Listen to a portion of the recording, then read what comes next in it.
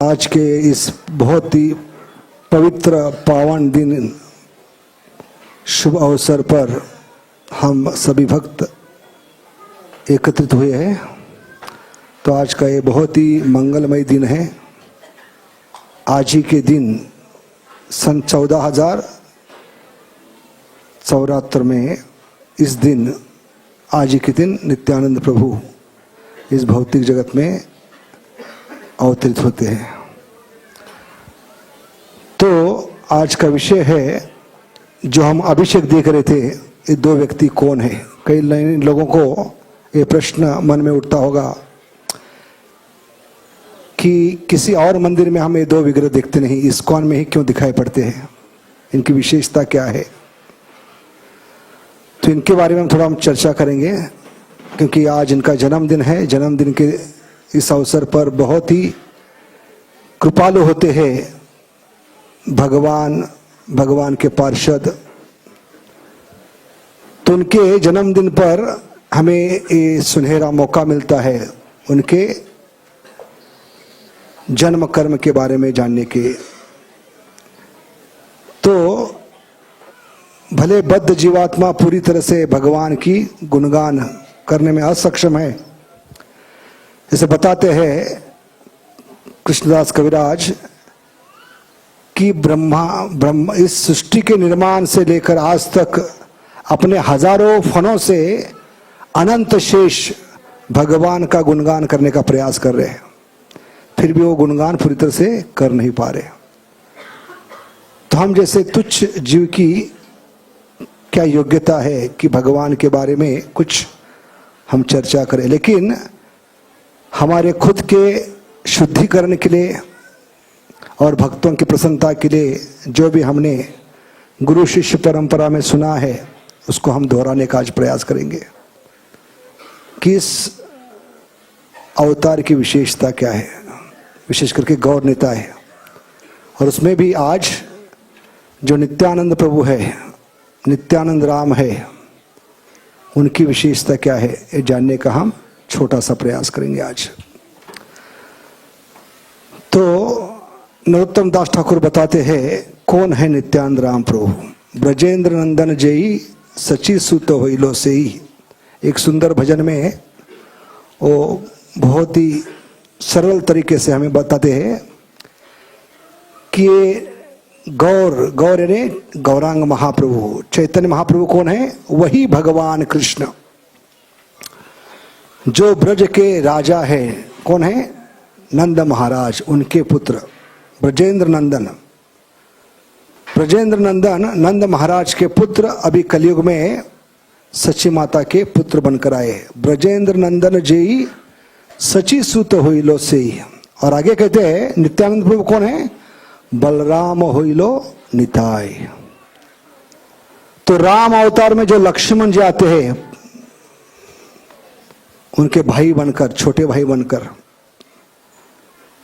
वही राम अवतार में जो लक्ष्मण है राम जी के छोटे भाई, लेकिन अगले अवतार में वो बड़े भाई बनकर आए हैं।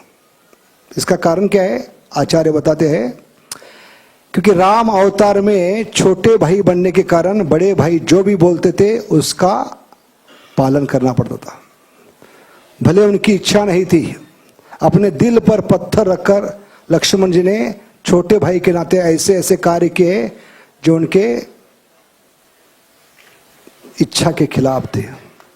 जैसे सीता मैया को वनवास में छोड़ना, उनकी अग्नि परीक्षा लेना। तो इस दौरान लक्ष्मण जी ने ठान लिया कि छोटा भाई बनना बहुत महंगा पड़ रहा है,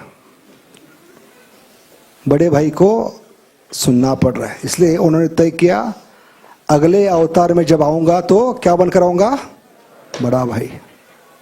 मन में आया तो स्वीकार करूंगा, अगर दिल को स्वीकार नहीं होगा तो मैं उसको बड़े भाई के नाते क्या कर सकता हूं, टाल भी सकता हूं।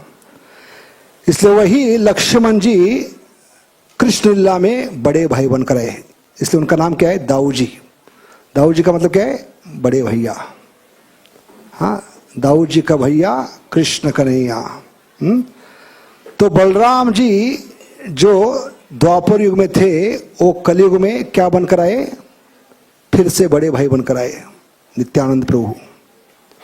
इसलिए इस भजन में नरोत्तम दास ठाकुर बताते हैं, बलराम होइलो निताई, वही कृष्ण और बलराम कलयुग में भक्त के रूप में आते हैं तो क्या कहलाते हैं, गौर निताय। तो इनकी विशेषता क्या है आज हम जानने का प्रयास करेंगे। विशेष करके आज नित्यानंद प्रभु का आविर्भाव दिन है तो उनके बारे में हम विस्तारित रूप में चर्चा करने का प्रयास करेंगे। तो पहले नित्यानंद प्रभु का परिवार या उनका अवतार या उनका जन्म। भगवान का जन्म नहीं होता, भगवान तो अजन्म होते, लेकिन फिर भी भगवान गीता में कहते 4वां अध्याय 9वां श्लोक, जन्म कर्म च मे दिव्यम। इसलिए ऐसे भगवान के अवतार के बारे में जानने का प्रयास करने से क्या होता है फायदा, हम मृत्यु से परे हो सकते हैं। कितना अचरज की बात है, देखिए भगवान के जन्म के बारे में जानने से हम मृत्यु से परे हो सकते हैं। तो ये मतलब है इस श्लोक का, जन्म कर्म च मे दिव्यम यो वेति तत्वतः त्यक्त्वा देहम पुनर्जन्म नैति मामेति सो अर्जुना।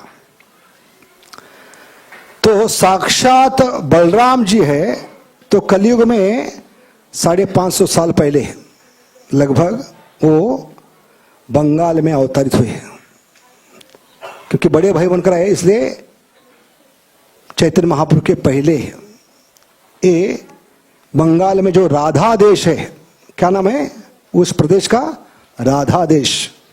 उस राधा देश में एक चक्र नाम का एक गांव है, आज भी है, बहुत ही पवित्र जन्मस्थली है नित्यानंद प्रभु की। तो इस एक चक्र गांव में इनका क्या हुआ, अवतार हुआ, बंगाल में राधा देश एक चक्र गांव में। तो पिता का नाम था हृदय ओझा, हृदय ओझा ना, हाँ हृदय ओझा, हृदय पंडित।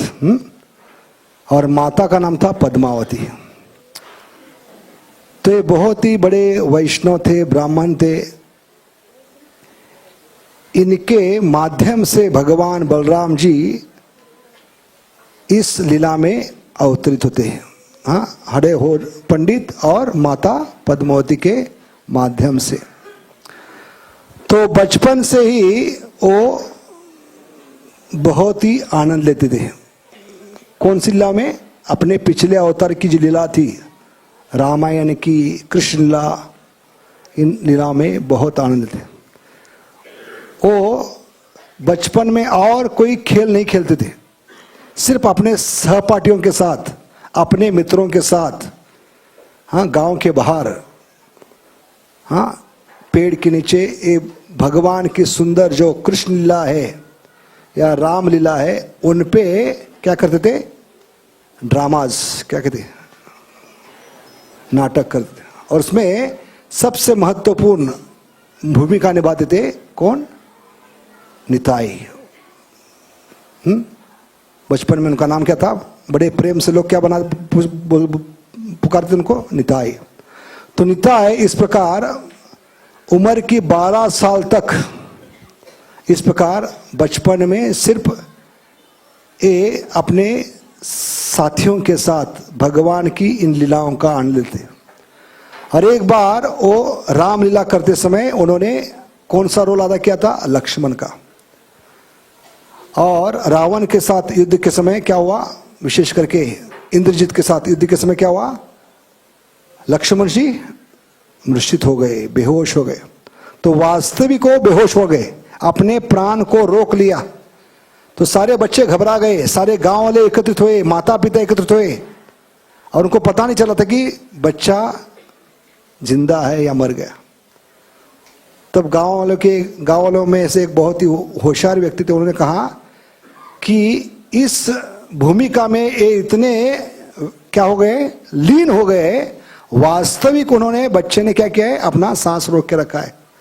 इसलिए जब तक कोई आकर कहेगा नहीं वानर के रूप में कि इनके लिए क्या लेके आइए, जड़ी बूटी लेके आइए, तब तक वो लेकर आएगा नहीं और उसको नाक को सूंघने के लिए उनको नहीं देंगे, तब तक ये इस भूमिका से बाहर नहीं आ सके। इतने उन भूमिकाओं में वो लीन होकर उन भूमिकाओं को अदा करने का प्रयास करते।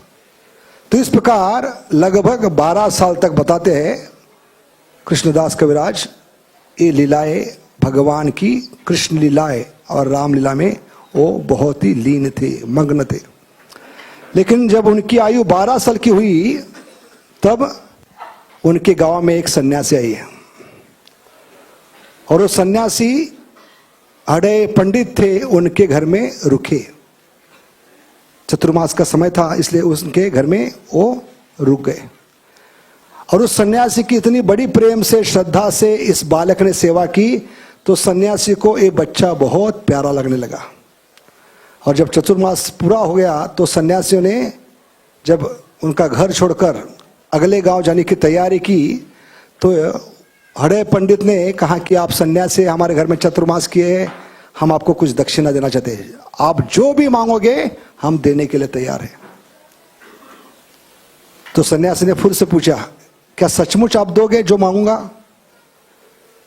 तो हृदय पंडित को बहुत धक्का लगा, क्यों पूछ रहे ऐसे, इनके मन में क्या है? फिर भी सन्यासी को वचन दिया है, ब्राह्मण को वचन दिया, इसलिए कहा जो मांगोगे मैं आपको देने के लिए तैयार हूं। तो ब्राह्मण ने वज्रघात के समान उन पर ये प्रहार किया अपने शब्दों से। ये शब्द सुनकर उनके पिता अड़े पंडित बेहोश हो गए। क्या मांगा उन्होंने दक्षिणा में? मैं आपके पुत्र को लेकर जाना चाहता हूं मेरे साथ, ये मेरा असिस्टेंट बन के रहेगा, मेरी सेवा करेगा, मैं इसकी सेवा से बहुत प्रसन्न हूं। तो इतने प्यारे थे, इतनी बढ़िया सेवा कर रहे थे उस सन्यासी की। तो उस सन्यासी ने दक्षिणा में क्या मांगा? उस पुत्र को ही मांगा। तो सिर्फ माता पिता का प्राण नहीं थे, निताई सारे गांव का, एक चक्र का।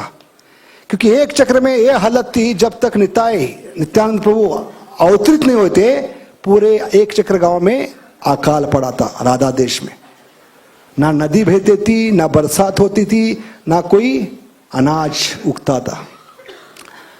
लेकिन भगवान बलराम जी जब अवतरित हुए तो सारे खेत खलियान फलने फूलने लगे, बारिश होने लगी, नदियां बहने लगी, और सारा देश, राधा देश खुशी से समाने गया।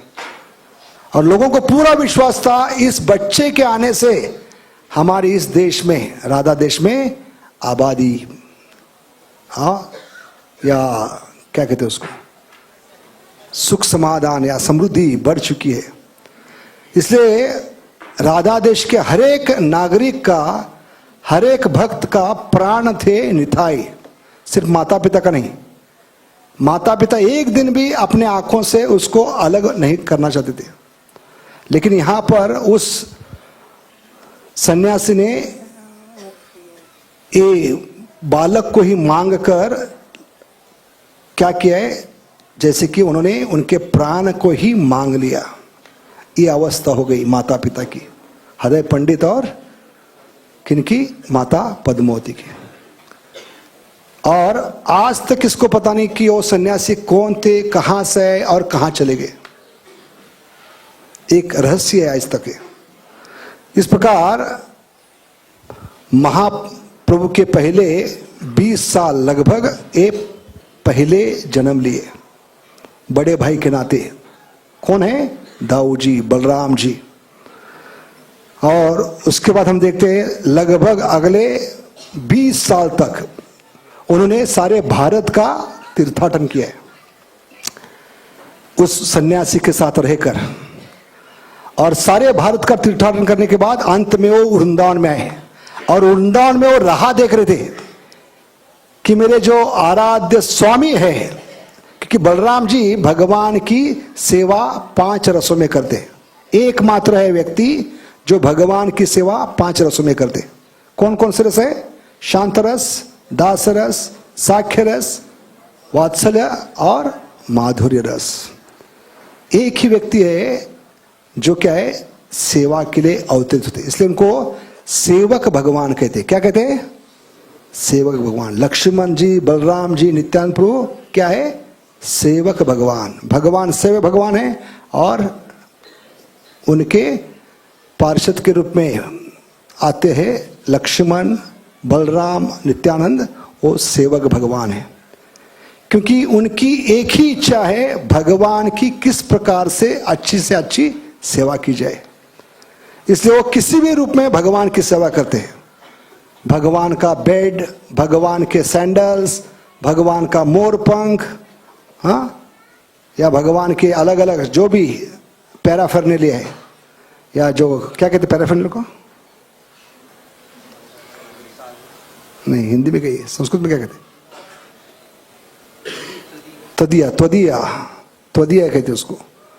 तो उसके रूप में उनके लगभग हर क्षण हर समय उनके साथ रहकर उनकी सेवा करने की इच्छा करते।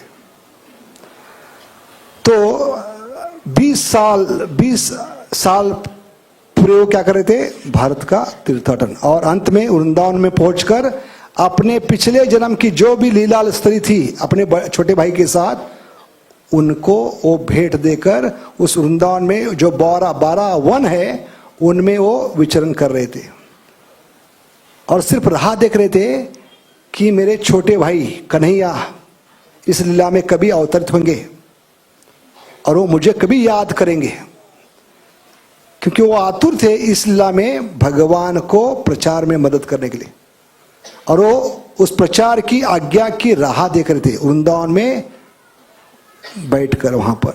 तो इस प्रकार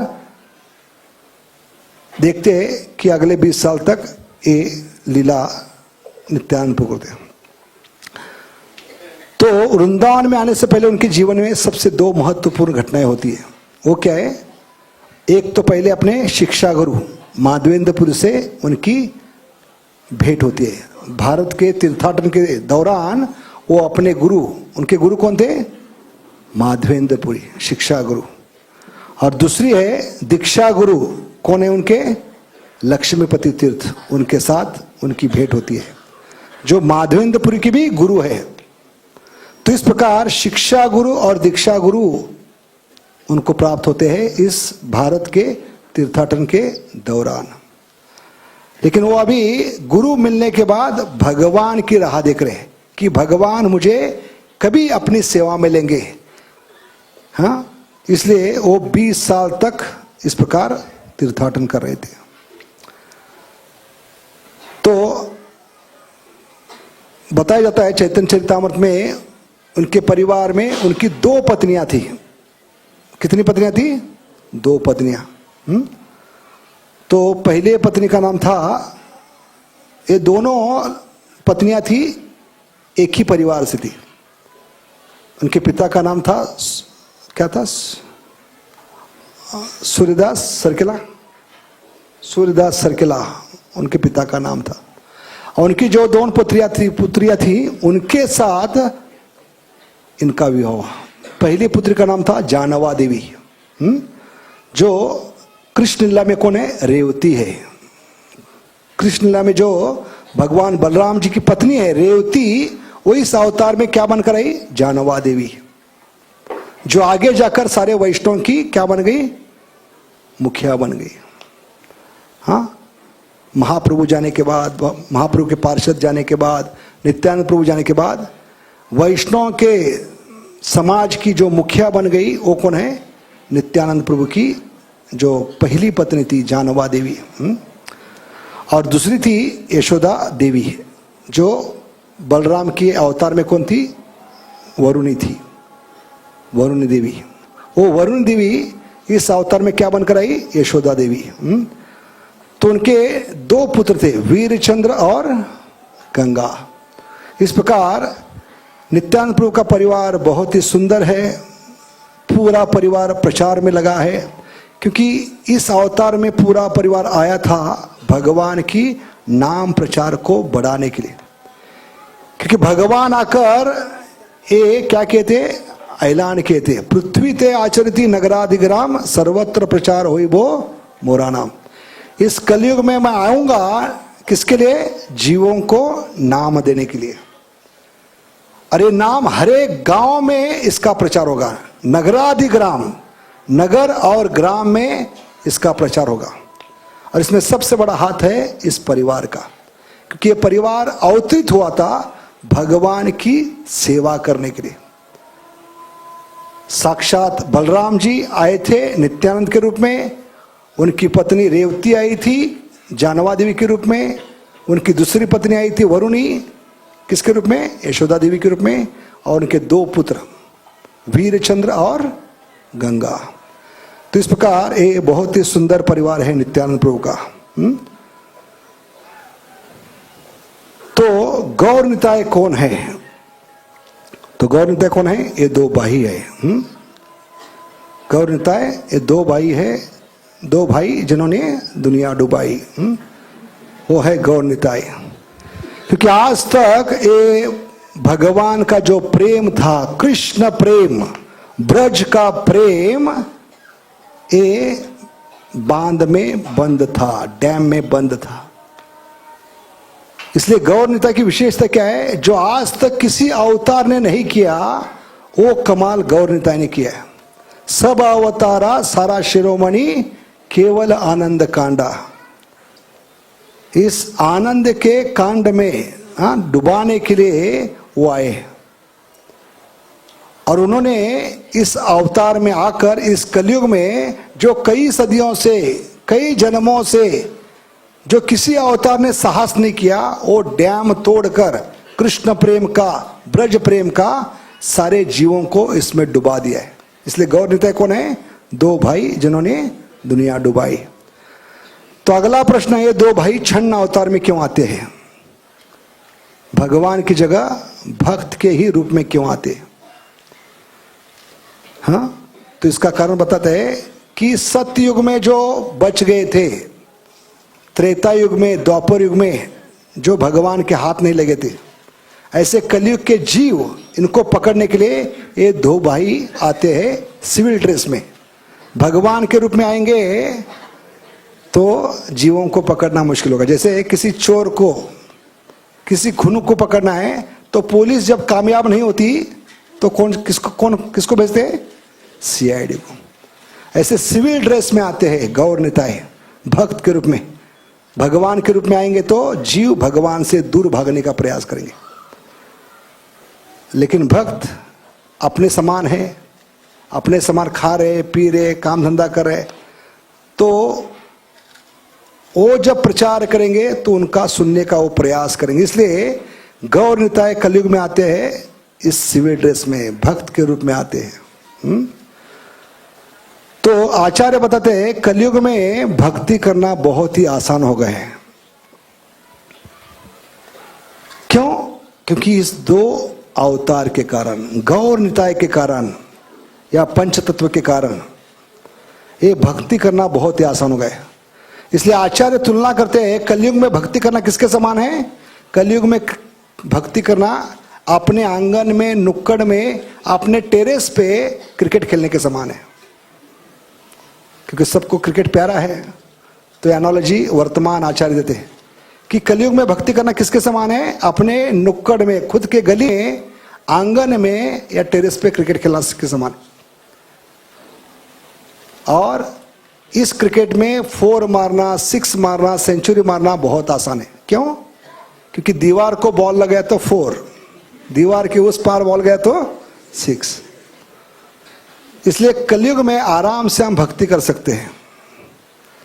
क्योंकि कलयुग में ये जो है हरिनाम संकीर्तन भाग लेना, एक किसके समान है? क्रिकेट खेलने के समान है।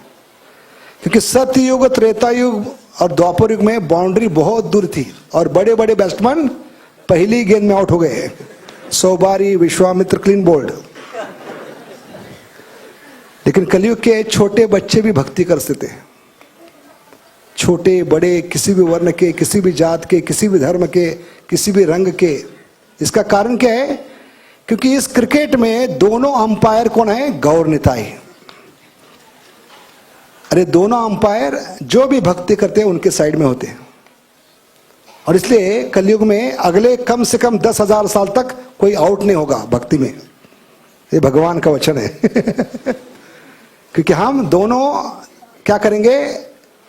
अंपायर बन के आएंगे और भक्ति में किसको आउट नहीं करेंगे। इसलिए दोनों ने हाथ ऊपर किया है, नीचे नहीं किया है। तो कलयुग में भक्ति करना किसके समान है? क्रिकेट के समान। तो कलयुग के हम सब कौन है? भक्ति करने के लायक नहीं है, कोई भी लायक नहीं। प्रभुपाद कहते हैं वी आर ऑल पोटेंशियल अजामिल्स। कलयुग के सब हम कौन है? अजामिल है। अजामिल ने तो एक पिक्चर देखा था। हम इतने बिलबोर्ड देख रहे हैं, इतने गंदे पिक्चर्स देख रहे हैं, इतने गंदे मैगजीन्स देख रहे हैं, इंटरनेट, व्हाट्सएप, फेसबुक। अभी फेस दिखाने की किसको ताकत नहीं है, हा? तो इतने गए गुजरे हम कलयुग के जीव है, सब कौन है? अजामिल है। We are all potential Ajamils. तो हमारी क्या लायकी है भक्ति करने की? क्योंकि एक पिक्चर देखने के कारण उसका पतन हो गया। सत्ययुग का अजामिल जिसमें ब्राह्मण के 14 गुण थे, वो एक गंदा पिक्चर देखने के बाद, क्या गंदा पिक्चर था? एक वेश्या को देखा उन्होंने एक शूद्र को आलिंगन करते हुए, और वो पिक्चर पे, उस दृश्य पे वो मनन चिंतन करने लगे। क्योंकि अजामिल को धोखा दिया उसके आंखों ने। किसने धोखा दिया? हमारी इंद्रियां कलयुग में ज्यादा धोखा दे सकती है। क्योंकि इन इंद्रियों से विषय वस्तु पे ध्यान करते हैं तो हमारे पतन का राजमार्ग खुला हो जाता है। ध्याय तो विषयान पुंसा संगस्ते शुभ जायते संगात संजायते काम कामात क्रोधो भी जायते। तो कलयुग में हम क्या सब सक्षम अजामिल है।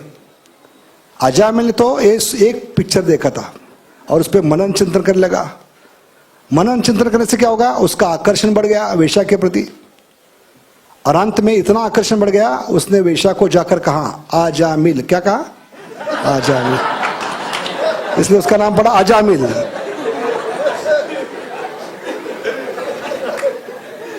तो यहां पे आचार्य कहते हैं आजामिल का पतन का कारण क्या है? उसकी आंखों ने धोखा दिया। जितने बड़े बड़े योगी है, पुरुष है, साधु है, महात्मा है, सन्यासी, ब्रह्मचारी, उनके पतन का कारण क्या है? आंखों से विषय वस्तु पे ध्यान करने से पतन का मार्ग शुरू हो जाता है। ध्याय तो विषयान पुंसा संगस्ते शुभ जायते संगात संजायते। क्योंकि जीवात्मा की पहली नजर होती है बालिश, इनोसेंट लाइक चाइल्ड। तो भगवान उसको माफ कर सकते हैं, क्योंकि आंखें दिए है तो हम आंखों फोड़ नहीं सकते, आंखों को फोड़ नहीं सकते बिल्वा मंगल के साथ, बिल्वा मंगल ठाकुर के समान। भगवान ने आंखें दिए है तो नजर गिरेगी विषय वस्तु पर। विषय वस्तु पे नजर गिरने के बाद भगवान कहते हैं हो सके तो पहली नजर पे उसको रोक के रखना, उस विषय वस्तु पे ध्यान आगे मत बढ़ाना। क्योंकि इस श्लोक में दोनों बताए, पॉजिटिव और निगेटिव। ध्याय तो विषयान पुंसा। अगर इस नजर को रोकोगे तो पतन की संभावना बहुत कम है, लेकिन इस नजर को आगे बढ़ाओगे, इस विषय वस्तु पे ध्यान करना बढ़ाओगे तो क्या होगा? पहली नजर जो बालिश है, innocent like child, that becomes on the second stage captivating, मन को हरण करने वाली होती है। और दूसरे स्तर पे भी भगवान बचा सकते हैं। जैसे कैंसर के पेशेंट को पहले 2 स्तर पे बचा सकते, first stage, second stage, third stage को बचाना मुश्किल है।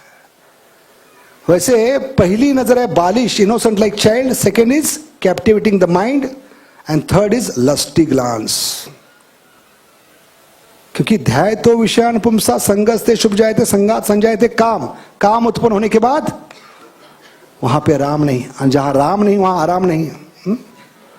इसलिए अजामिल ने अपने पतन का मार्ग खोल दिया, क्योंकि उसके आंखों ने धोखा दिया। भले आजकल के पिक्चर के गाने कहते हैं आंखों ने बड़ा काम किया है, लेकिन भागवतम क्या कहते हैं? आंखों ने काम ही दिया है। क्या दिया है?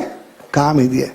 इसलिए अजामिल हो, विश्वामित्र हो, सौबारी हो, उनकी आंखों ने धोखा दिया। तो ऐसे हम कलयुग के अजामिल हैं।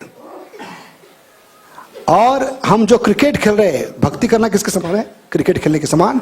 इस क्रिकेट के मैच में हम पहली बॉल में ही आउट हो जाएंगे, क्योंकि हम सब अजामिल हैं, क्लीन बोर्ड हो जाएंगे। क्योंकि बॉलिंग कौन कर रहा है? माया कर रही है, कली कर रहा है। बॉलर कौन है? Fast bowler, googly bowler, spin bowler, yorker bowler, माया और कली है। उसके सामने कोई कलयुग का जीव टिक नहीं पाएगा। इस भक्ति के क्रिकेट में पहली गेंद में आउट हो जाएगा, और जब पहली गेंद में आउट हो जाएंगे तो माया कली अंपायर के पास आकर कहेगी आपका बैट्समैन आउट हो गया, आपका डिसीजन क्या है, आपका निर्णय क्या है। तो साधारणतः बैट्समैन आउट होने के बाद अंपायर क्या करते हैं, क्या उठाते हैं, एक उंगली। लेकिन ये विचित्र अंपायर है दोनों।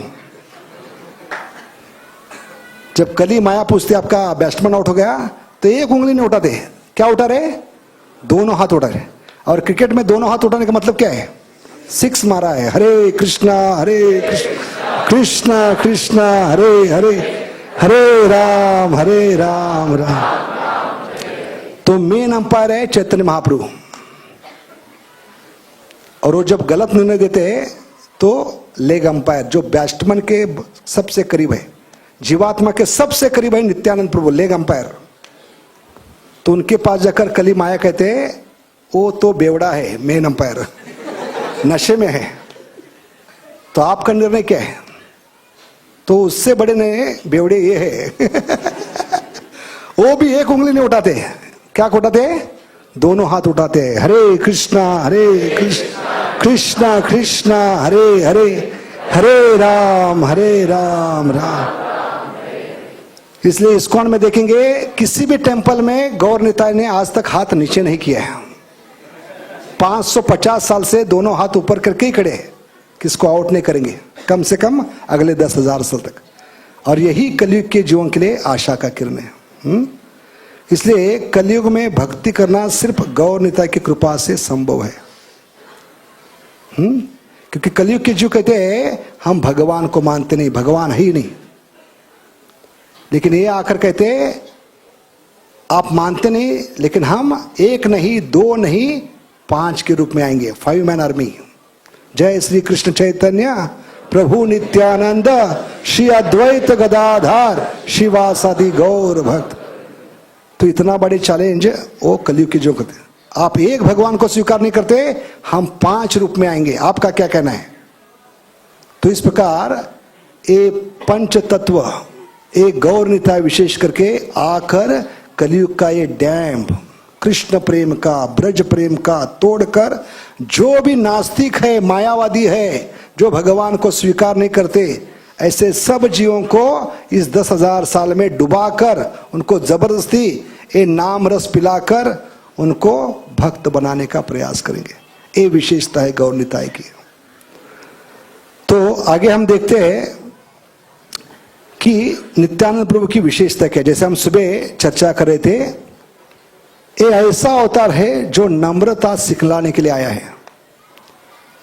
क्योंकि इसके पहले वो बलराम जी के रूप में आए थे, इतने क्रोधित होते थे, छोटी छोटी चीजों पे वो बहुत गुस्सा होते थे। जैसे हम देखेंगे आगे जाकर कि बलराम जी कितना क्रोधित होते थे। यहां पर देखते हैं कि बलराम जी ने किनको किनको मारा है, किन असुरों को मारा है, प्रलंबासुर और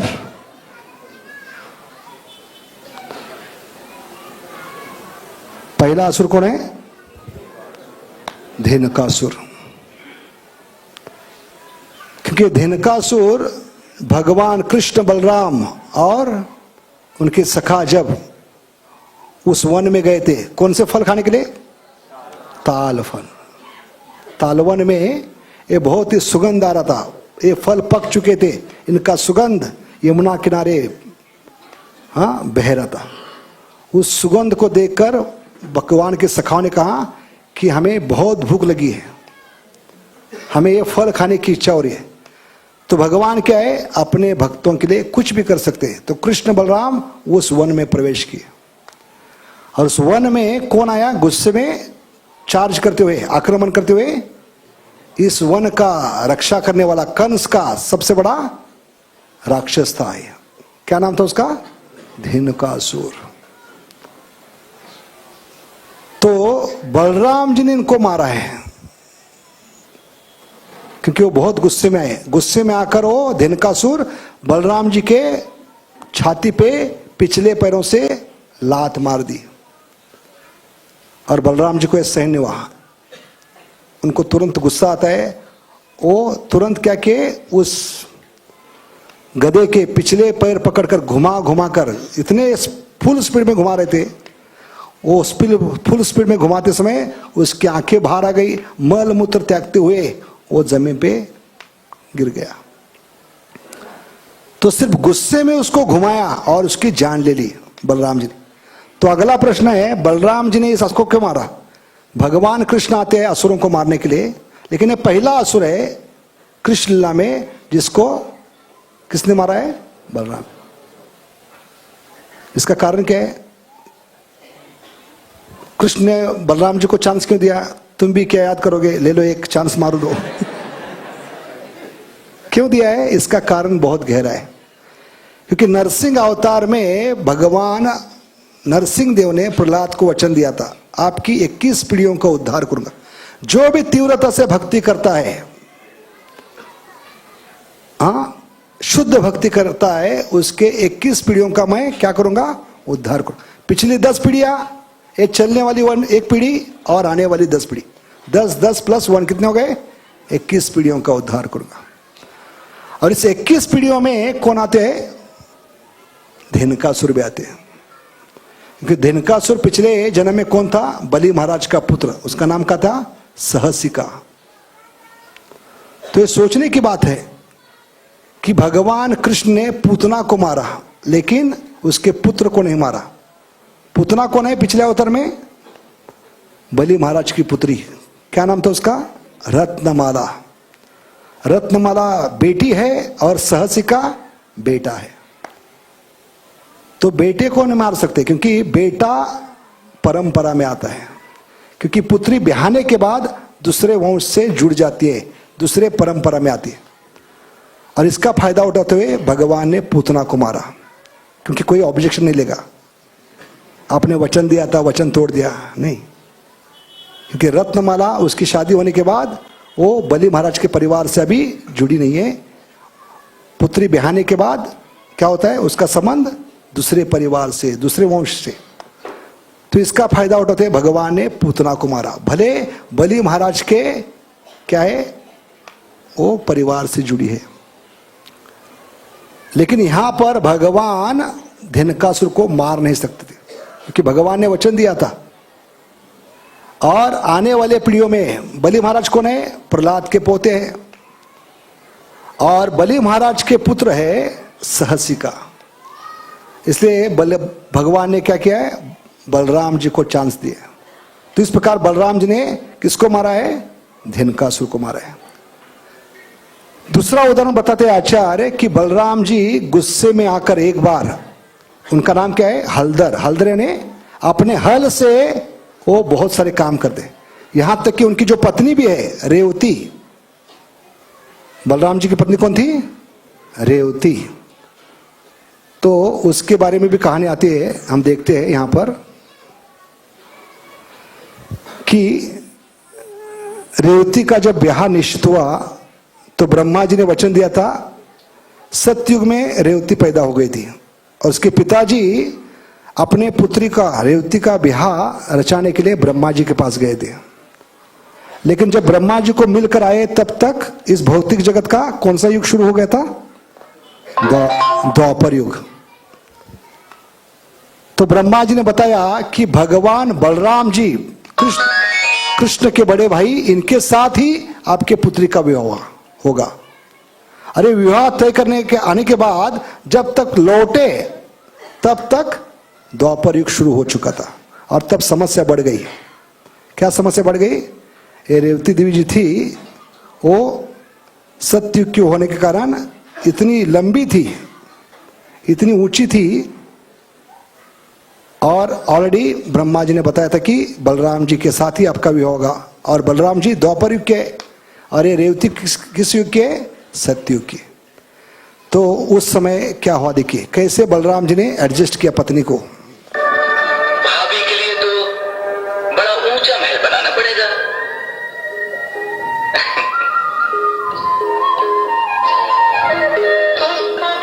उसकी आवश्यकता नहीं होगी। कि बलराम जी के पास एक विशेष अस्त्र था, उसके साथ वो सब कुछ काम करते थे। हाँ, हम अभी इन्हें सतयुग से द्वापर युग तक ले आते हैं। तो बलराम जी क्या कहते हैं? हलदर। जो हल धारण करते हैं उनको क्या कहते हैं? हलदर। अपने हल से अपने पत्नी का जो साइज था, लंबाई थी, वो कम कर दी। आप लोग प्रयास मत करना।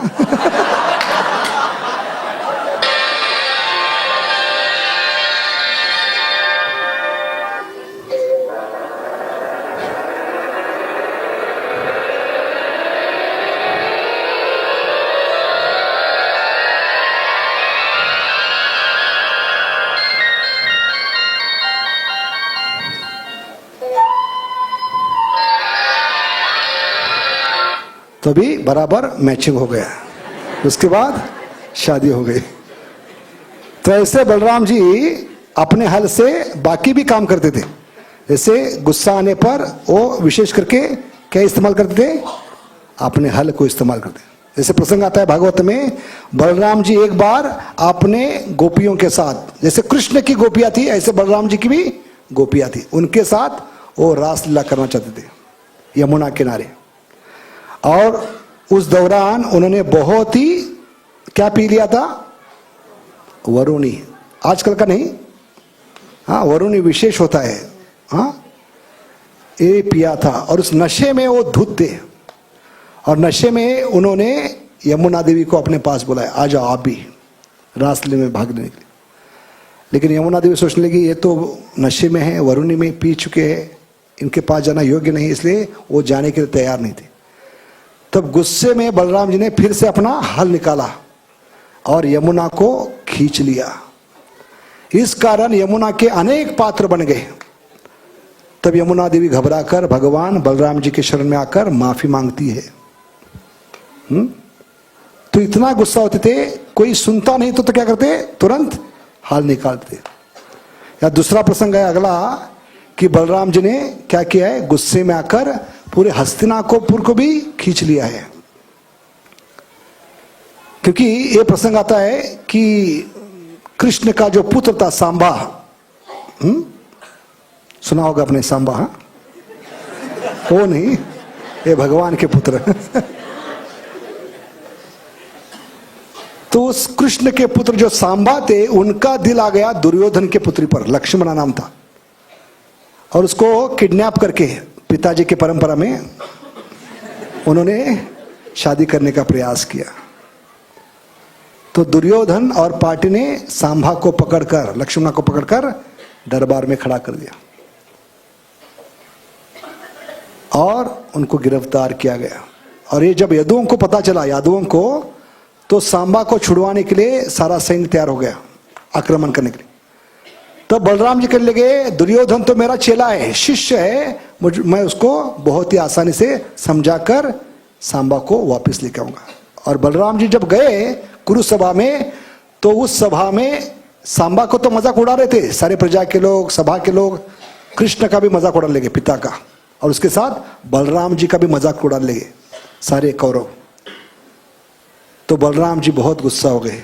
आदि गुरु है, गुरु का इस प्रकार अपमान सहन हुआ, तो उन्होंने तुरंत अपना हल निकालकर पूरे हस्तिनापुर को खींचना शुरू किया। तो बड़े बड़े महारथी कांपने लगे, उनको पसीना छूट गया। भीष्म, द्रोण, कर्ण, हाँ, दुर्योधन, और हर कोई उनके चरणों में आकर गिड़गिड़ा कर प्रार्थना कर लेगा, हमसे गलती हो गई, हमें माफ कर दो, ये गलती फिर से नहीं होगी। तब बलराम जी का गुस्सा शांत हो गया।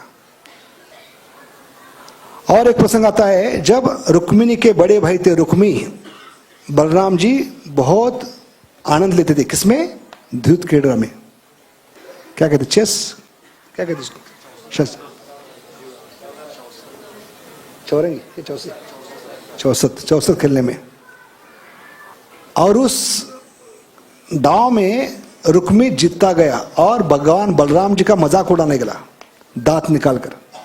तो भगवान ने क्या किया? तुरंत अपना गदा लेकर उसके सिर पे मारा और पूरे 32 ही निकाल दी उसकी। तो इतना गुस्सा होते थे बलराम जी, थोड़ा भी गुस्सा सहन नहीं होता था उनको। यहां हम देखते हैं जब महाभारत का युद्ध हो रहा था तो दोनों भाइयों ने इस युद्ध में भाग न लेने का निर्णय लिया, और इसलिए बलराम जी तीर्थाटन पे निकल गए। तो उत्तर भारत में जब तीर्थाटन कर रहे थे तो वहां पर एक जगह भागवत कथा हो रही थी। उस भागवत कथा में जब प्रवेश किए तो बाकी सारे जितने भी श्रोता थे, बलराम जी आदि गुरु होने के कारण सारे श्रोता उनके मान सम्मान में उठकर खड़े हो गए। लेकिन व्यासासन पे जो बैठे थे, जिनको अपने ज्ञान का घमंड था, ऐसे रोमहर्षण सूत अपने व्यास गद्दी से उठे नहीं। इसलिए बलराम जी गुस्से में आ गए, क्योंकि आने वाले पीढ़ियों को सबक सिखाने के लिए उन्होंने तुरंत क्या किया, एक घास का तिनका लेकर वो व्यासन के पास गए और उस रोमहर्षण सूत के कान के नीचे ये घास का तिनका स्पर्श किया। ये पहला आई टच था। क्या था? I touch. उस कारण व्यासासन पे ही उस भागवतकार की मृत्यु हो गई। लेकिन यहां पर हम क्या देखते हैं कि वही जो घास का तिनका लेकर रोमहर्षण को मारने वाले जब कलयुग में आते हैं भक्त के रूप में, वही घास का तिनका अपने दांत में पकड़कर जीवों के चरणों में गिड़गिड़ाकर भीख मांगते हैं। सिर्फ एक बार अपने मुख से भगवान का नाम ले लो, हरे कृष्णा कृष्ण कृष्ण हरे हरे, हरे राम हरे राम। इसलिए उनके बारे में कहते हैं दंते तृणधरी, दांत में तृण पकड़कर। तृण को क्या कहते हैं? Straw, straw between teeth. हम भी पकड़ते हैं स्ट्रॉ बिटवीन टीथ। कभी आमरस पीना है, जूस पीना है, हाँ थम्सअप पीना है तो स्ट्रॉ पकड़ते। लेकिन भगवान स्ट्रॉ पकड़ते हैं नम्रता के कारण, जीवों के कल्याण के लिए, जीवों के उद्धार के लिए, उनको भगवान का प्रेम देने के लिए, ब्रज का प्रेम देने के लिए उनके चरणों में गिड़गिड़ाकर लौटते हैं। जब लौटते हैं तो कैसे लगता है? एक सोने का पर्वत क्या हो रहा है? लोटपोट हो रहा है, इसके समान लगता है।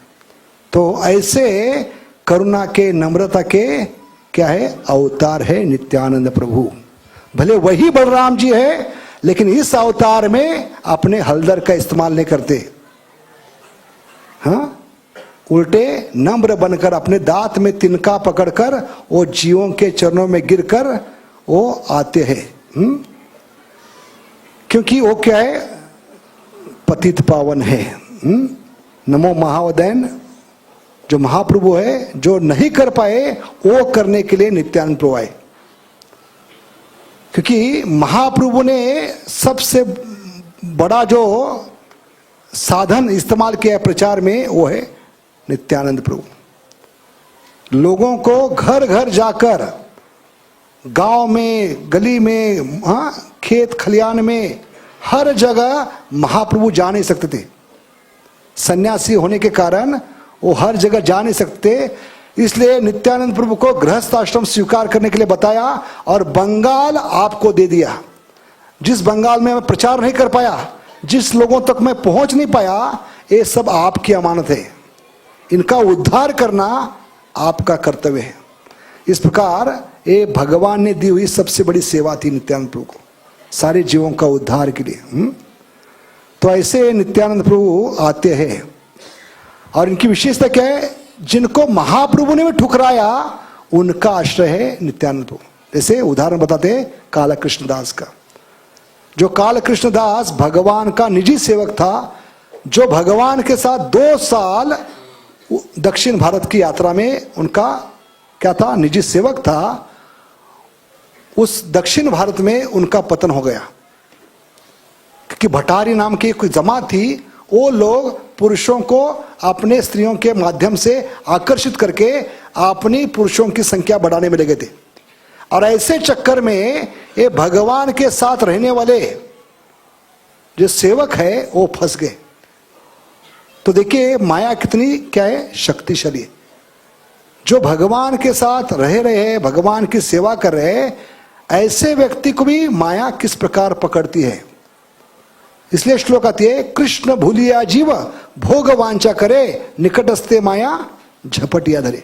ऐसे झपट लिया, वो भटारी ने, और अपने कैंप पे लेके गए। अरे जब भगवान महाप्रभु को पता चला तो क्रोध में वो डायरेक्टली उनके कैंप में जाकर अपने निजी सेवक कृष्णदास को उसकी शिखा से पकड़कर खींच कर लाए। और जब दक्षिण भारत की यात्रा पूरी होने के बाद जब फिर से बंगाल में आए, विशेष करके जगन्नाथपुरी आए, तो महाप्रभु ने कहा नित्यानंद प्रभु को, इसको आपने भेजा था लेकिन इसको भेजा नहीं, इसको वापस ले लो, क्योंकि मेरे साथ होने के बाद भी इसने कुछ गड़बड़ी की है और मैं इसको माफ नहीं कर सकता। तो सोचिए, जिसको महाप्रभु जो नमो महावदन्य है उन्होंने टुकरा दिया है, उस जीव के लिए आशा का किरण क्या है? सिर्फ नित्यानंद प्रभु। तो नित्यानंद प्रभु ने जानबूझकर बिना बताए महाप्रभु को उनको क्या दिया? सेवा दी। आप जाकर, आप अभी कहाँ है? जगन्नाथपुरी में हो, आप पश्चिम बंगाल में जाकर सच्ची माता, अद्वैताचार्य, बाकी जितने भी महान भक्त हैं उनसे जाकर मिलो और उनको विस्तारित रूप में भगवान की क्या क्या लीला हुई दक्षिण भारत में 2 साल तक, उसका विवरण करो, उसका ब्यौरा दो, और उसके साथ प्रसाद भेजा। और भक्तों की इतनी दुआ प्राप्त की, जो लगभग भक्ति से बाहर जाने वाला भक्त था काला कृष्णदास, उसको फिर से भक्ति में जीवन देने का काम नित्यानंद प्रभु किया। इसलिए प्रभुपाद कहते हैं कि ऐसे जीवों का एक ही आश्रय है नित्यानंद, क्योंकि उनकी करुणा की कोई सीमा नहीं। नित्याय का मतलब क्या है? No limit. करुणा के लिए, हाँ, उनकी कृपा के लिए कोई सीमा नहीं है। तो इस प्रकार नित्यानंद प्रभु की विशेषता है। तो दांत में तृण पकड़कर, घास के तिनके को पकड़कर वो जीवों के चरणों में गिड़गिड़ाकर इस प्रकार कृष्ण प्रेम, भगवान का प्रेम किसके माध्यम से देने का प्रयास करते हैं? इस हरे कृष्ण महामंत्र के द्वारा। हरे कृष्ण कृष्ण कृष्ण हरे हरे, हरे राम। इसलिए अगली विशेषता क्या है? मार भी खाकर वो जीवों को प्रेम देने के लिए तैयार है। इसलिए इस भजन में गाते हैं, मार खे प्रेम दे। इसलिए अंत में हम देखने जा रहे हैं यहां पर कि किस प्रकार इस अवतार में नित्यानंद प्रभु ने मार खाकर क्या किया है?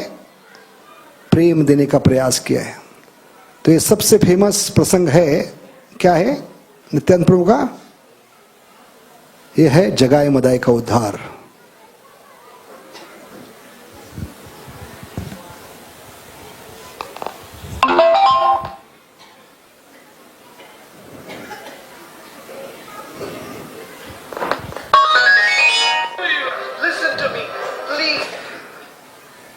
तो नित्यानंद प्रभु पहली बार जब महाप्रभु से मिले 20 साल के बाद, वृंदावन में रहने के बाद, तो जैसे ही बंगाल में आने के बाद महाप्रभु ने उनको आज्ञा दी, जा रे देखो तारे कहो कृष्ण उपदेश। जिस व्यक्ति से मिलते हैं रास्ते में, गली में, खेत में, ग्राम में, शहर में, जिस व्यक्ति को मिलते हैं उसको आप क्या प्रचार करो? भगवान के नाम का प्रचार करो, क्योंकि ये मेरी आज्ञा है।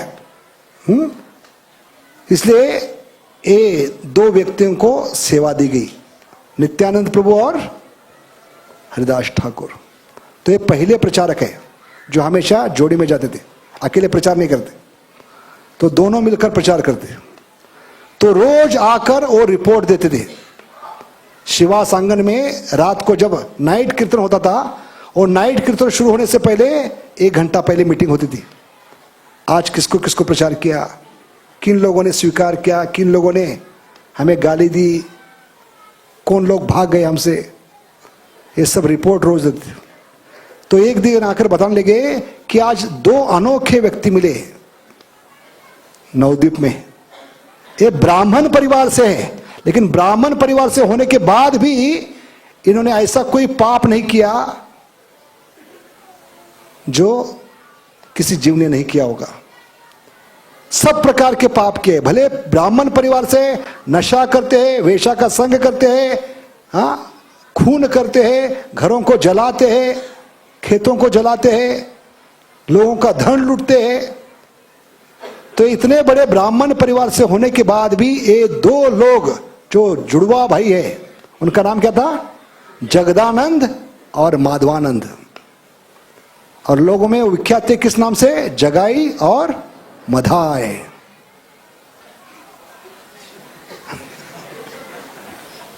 तो एक कौन है? साक्षात भगवान के पार्षद है।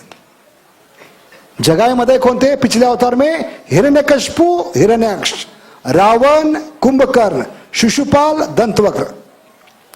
और उसके पहले भी कौन थे जगाई मधाई? जय विजय।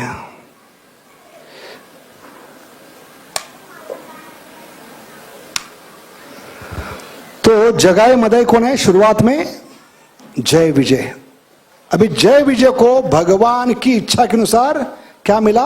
अगले 3 जन्म असुर शरीर में जन्म लेने का शाप मिला था, क्योंकि भगवान को इच्छा हो गई वीर रस का पान करने की। भगवान को खुजली होगी कुश्ती खेलने की, हाँ ऐसे कहते आचार्य। तो वीर रस का पान करने की इच्छा हो गई, तो भगवान की इच्छा के कारण, भगवान की योजना के अनुसार, भगवान के वैकुंठ के द्वार पर ये ब्रह्मा के पहले 4 मानसिक पुत्र घूमते घूमते आए। कितने साल के थे बच्चे?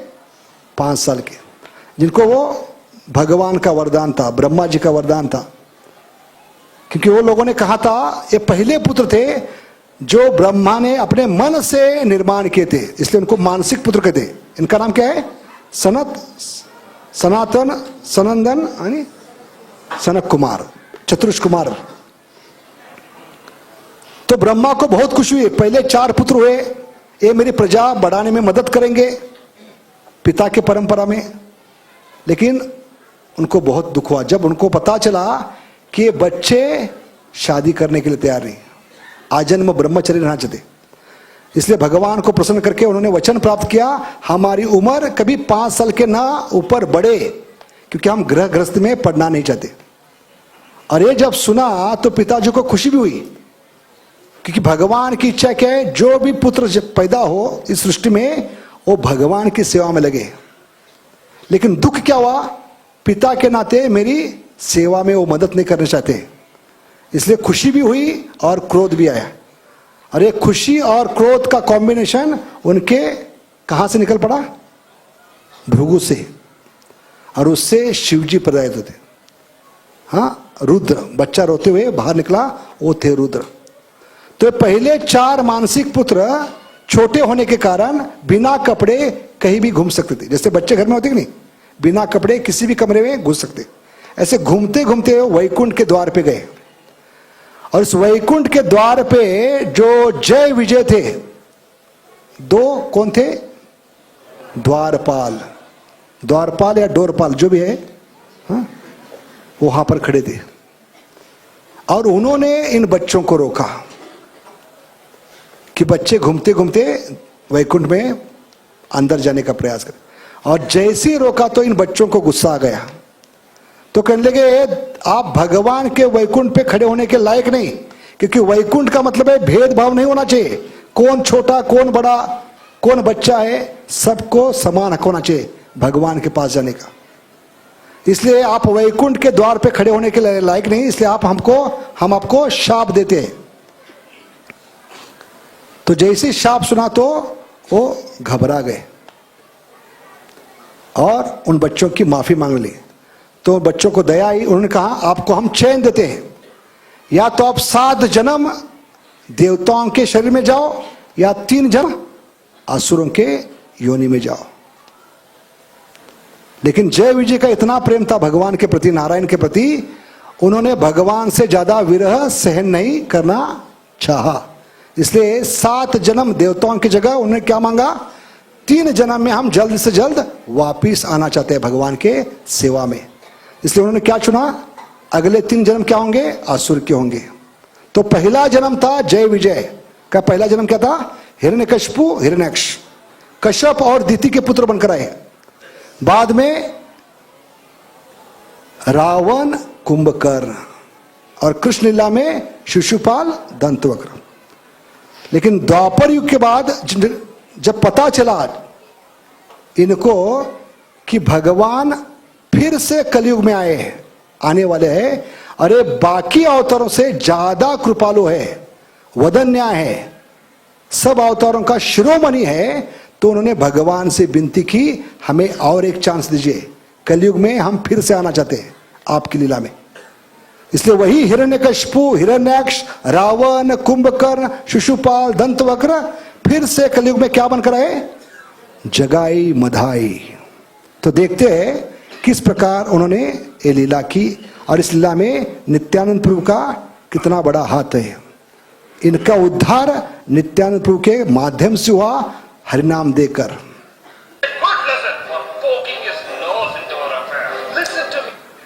तो पहली बार तो जब मिले थे तो उनको प्रचार करने का प्रयास किया, लेकिन जगाए मदाई दारू के नशे में इतने धुत थे, वो जब किसी को मार नहीं सकते थे तो एक दूसरे को मार कर, अपने बाल खींचकर, कपड़े खींचकर लोगों के सामने तमाशा करते। पूरे गांव के लोग इकट्ठा भीड़ करके वो तमाशा देखते। और ऐसे जगह जगाए मदाई को प्रचार करने के लिए कौन गए? हरिदास ठाकुर और नित्यानंद प्रभु। और कहने लगे आप अपना जीवन बर्बाद कर रहे हो। मनुष्य जीवन प्राप्त होने के बाद अगर आप इस मनुष्य जीवन में भगवान की भक्ति नहीं करते, जैसे नरोत्तम दास ठाकुर कहते, मनुष्य जीवन पाइया राधा कृष्ण ना भजिया, जानिया सुनिया बीच खाइनो। ये जानबूझकर बीच का पहला मुंह को लगाने के समान। इस मनुष्य जीवन में आप भगवान का नाम लीजिए कि जीवन का उद्देश्य क्या है? अंते नारायण स्मृति अंत काले च मामेव। ये जब प्रचार करने लगे तो ये दो भाइयों को बहुत गुस्सा आ गया, क्योंकि पहली बार ऐसा हुआ उनके जीवन में कोई व्यक्ति आकर उनको प्रचार कर रहा है। साधारणतः लोग देखकर भाग जाते थे, पूरा गांव खाली पड़ता था। जैसे पिक्चर में कोई विलन आता है तो पूरा गांव खाली हो जाता है, ऐसे दो विलन थे नवद्वीप के। ये जैसे गांव में प्रवेश करते लोग छुप जाते थे। और इनको गुस्सा क्या आ गया कि घबराना तो दूर की बात है, हमें आकर उल्टा प्रचार कर रहे हैं, इसलिए वो उनको मारने के लिए भागने लगे। तो बहुत मुश्किल से नित्यानंद प्रभु और हरिदास ठाकुर भाग रहे थे अपनी जान बचाकर। अरे नशे में होने के कारण उनका पीछा नहीं कर पाए। थोड़ी देर के बाद वो भागते भागते गिर गए। लेकिन जब नित्यानंद प्रभु और हरिदास ठाकुर भाग रहे थे तो हरिदास ठाकुर ने कहा मैं तो बूढ़ा हूं, तुम्हारे चक्कर में आकर आज मैं फंस गया, आज मेरी जान ही चली जाती। लेकिन क्या करे, तुम जैसे बेवड़े के साथ रहकर मेरी ये दशा हो गई, क्योंकि तुम भी बेवड़े हो, हरिनाम के नशे में होते हो। उस नशे को दूसरों को पिलाने के चक्कर में मेरे जैसे बूढ़े की हालत हो रही है, मैं भाग नहीं पा रहा हूं। लेकिन महाप्रभु की कृपा से आज हमारी जान बच गई। तो उस शाम के समय वो आकर वो रिपोर्ट करते। तो जब रिपोर्ट करते हैं तो अद्वैताचार्य मजाक में कहते हैं वो भी बेवड़े थे और आप दोनों भी बेवड़े। वो दारू के नशे में थे, आप हरिनाम के नशे में थे। लेकिन अद्वैताचार्य कहते हैं जब नित्यानंद प्रभु ने तय किया है इनका उद्धार होना है, अभी सिर्फ समय की बात है, इनका उद्धार होके ही रहेगा। अरे ये दूसरी बार जगाए मदाई को मिले।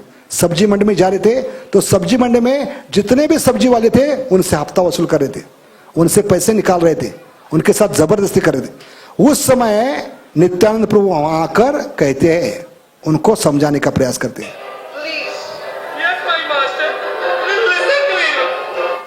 तो सोचिए बलराम जी जो नित्यानंद प्रभु है उनका मजाक उड़ रहे हैं। नित्यानंद प्रभु बहुत नम्रता से उनको प्रचार करने का प्रयास करे और उनका किस प्रकार मजाक उड़ा रहे देखिए।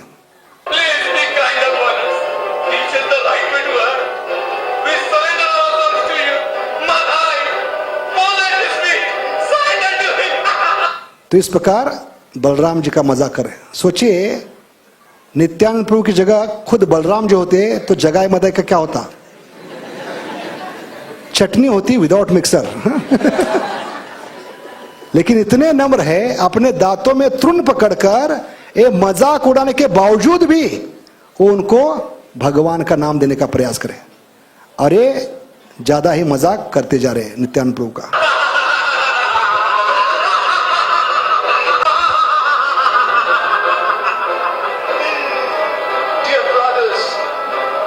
Change your ways. We are simple devotees. We come to you as हम सरल भक्त है, हमारा उद्देश्य है भगवान का नाम हर एक व्यक्ति के पास पहुंचाना, हर एक जीव का उद्धार हो, हमारा विचार है। तो इसलिए कृपा करके इसको स्वीकार कीजिए, फिर भी मजाक उड़ाने लगे। Krishna is our loving master, and our first duty is to worship his lotus feet. भगवान कृष्ण हमारे आराध्य देवता है, उनकी भक्ति को प्राप्त करना ये मनुष्य जीवन का उद्देश्य है। ये प्रचार जब कर रहे थे तो क्या हुआ देखिए। Chant the holy names of Krishna. All your sins will surely vanish. तो ब्लू शर्ट में जो है मधाई, वो बहुत गुस्सा हो गया, और गुस्से में उसने क्या किया, जो दारू का मटका फोड़ के नीचे फेंका था, वो मटका हाथ में लेकर पूरी शक्ति से, विचार कीजिए मदाई कौन है, 3 in 1, हिरण्यकशिपु, हिरण्यक्ष, रावण, कुंभकर्ण, शिशुपाल, दंतवक्र, इसमें जो भी है 3 in 1 वो मदाई पूरी शक्ति से वार किए।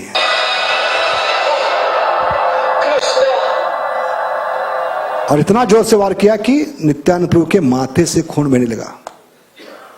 सोच सकते हैं इस जगह बलराम जो होते तो क्या हो सकता था उसका।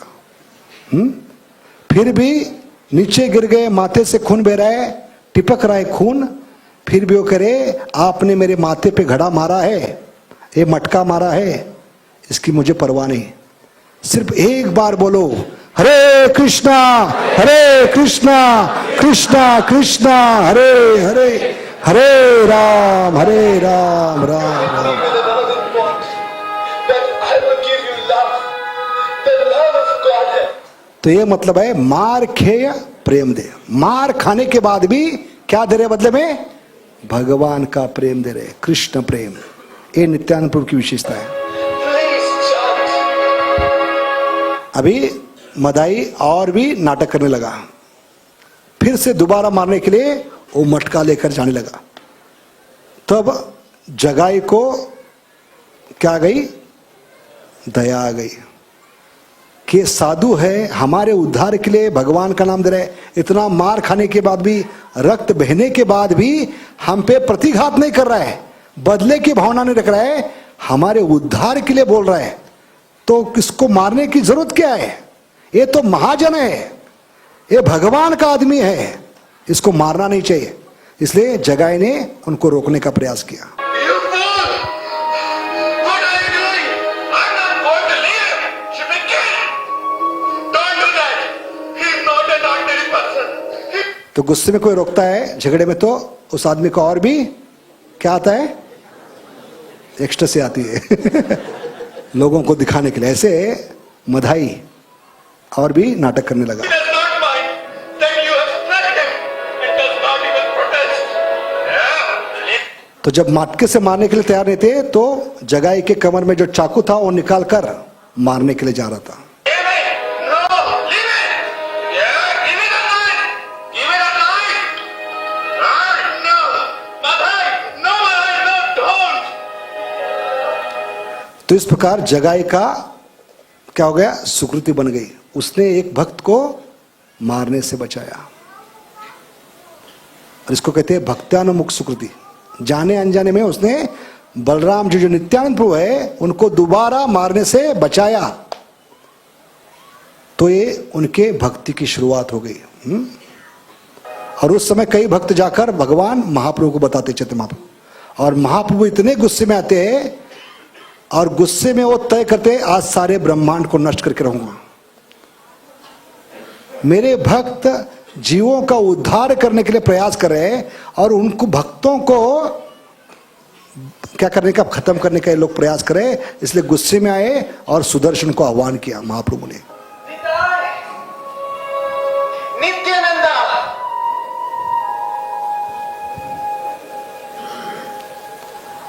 और एक क्रोध देखकर जगाई मदाई की हवा टाइट हो गई एकदम।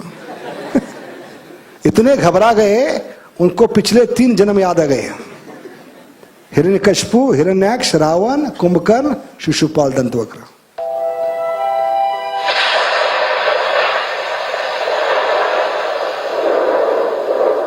You shameless ruffians!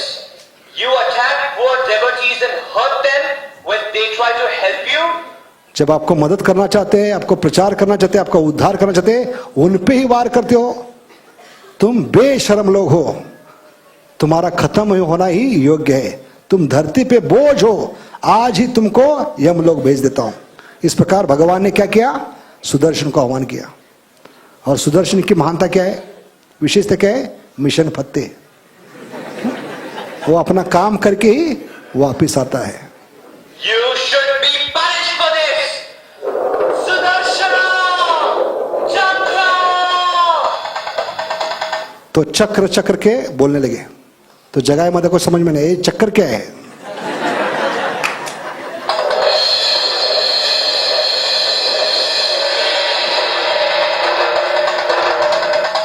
और सुदर्शन की दाह अग्नि इतनी होती है, आदमी भागने लगता है। जैसे अम्बरीश महाराज की कहानी में हम देखते हैं, भगवान ने जब सुदर्शन चक्र भेजा, पहले किसको खत्म किया? उस अग्नि राक्षस को। उसके बाद दुर्वास मुनि के पीछे लगे।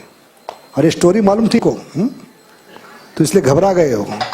Sudarshana, these two brothers have hurt me by. तो चैतन्य महाप्रभु की भावना की थी, हम दो शरीर है लेकिन एक आत्मा है। नित्यानंद प्रभु पे वार करने का मतलब है मुझ पे वार करना। और आज इनको मैं छोड़ूंगा नहीं, इनको आज खत्म करके रहूंगा। Hitting Nityananda.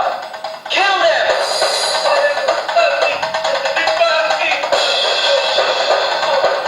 No, my lord. You can. लेकिन नित्यानंद प्रभु की करुणा क्या देखिए, जिन्होंने मारा है, माथे पर रक्त बह रहा है, उनके लिए प्रार्थना करने लगे। चैतन्य महाप्रभु के चरणों में गिरकर, लौट कर, हाँ, Not do this. Please call the weapon back. They should.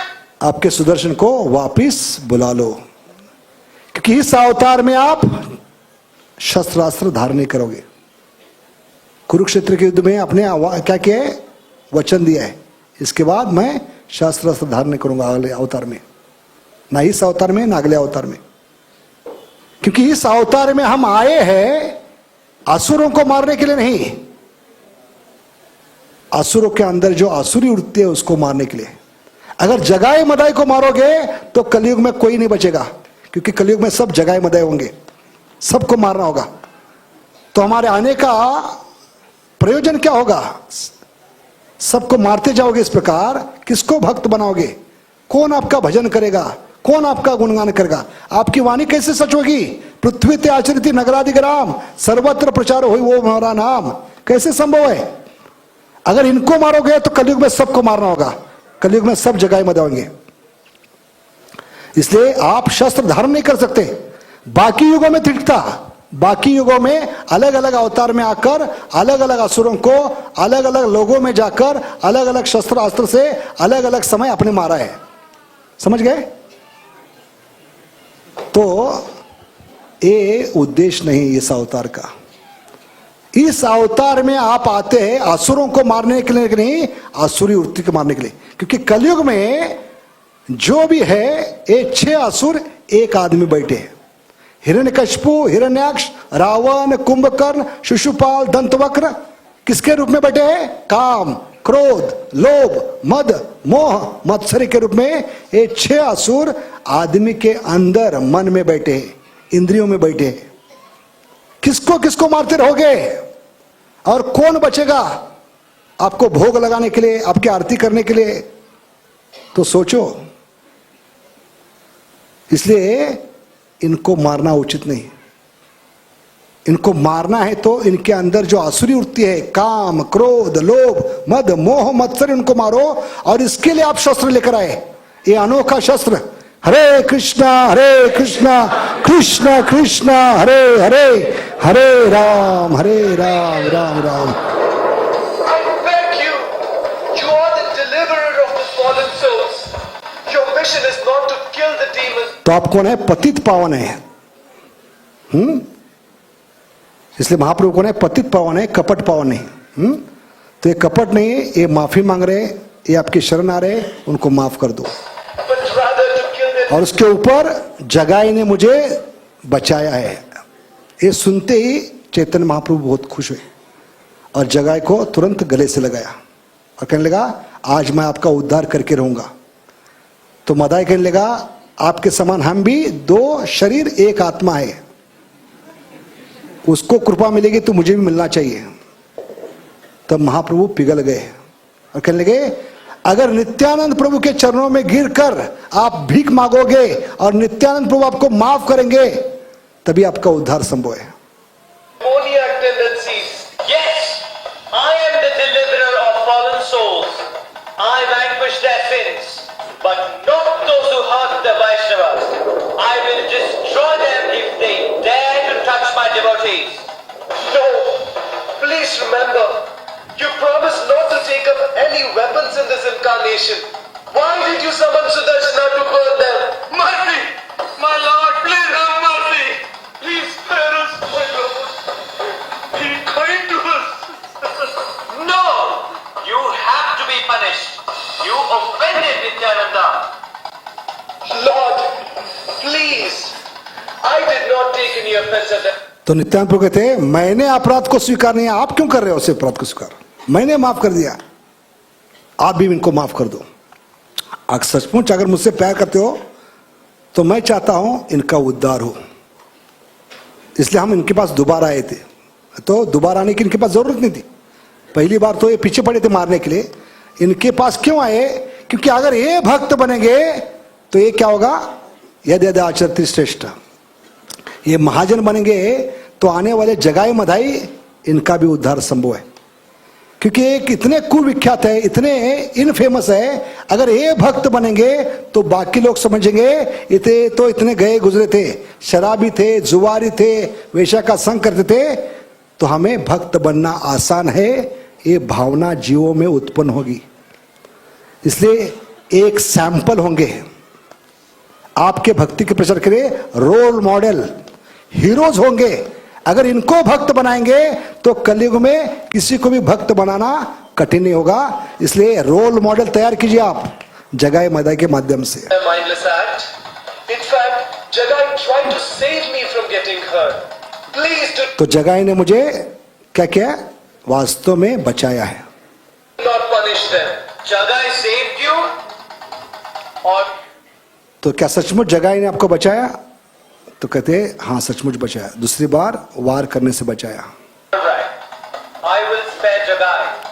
तो जगाई बच सकता है, इसका उद्धार हो सकता है, लेकिन मधाई का कोई चांस नहीं। mercy, my Lord. Please help. लेकिन मदाई मस्का मारने लगा